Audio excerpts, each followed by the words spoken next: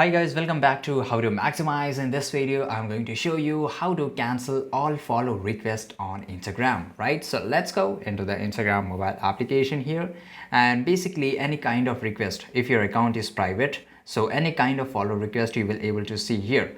So here you can see all kind of requests. So basically it will be here. So if you want to just delete it, so guys, if I just click on the follow request here, I will able to see all the follow request that is here, which is in the state, which is in the pending state. So if I just click on the confirm, he will become a follower of me, and if I just want to remove it, I can just delete it, right? And this is pretty easy. So here you can see that there is a not more followers. So if you just get more than one followers, on the top right side corner you will see a option where you can just select all of the follow request at once, and you can just delete it, right? So this is pretty easy guys. If you found this video really useful, make sure to like this video, subscribe channel, and see you guys in the next video.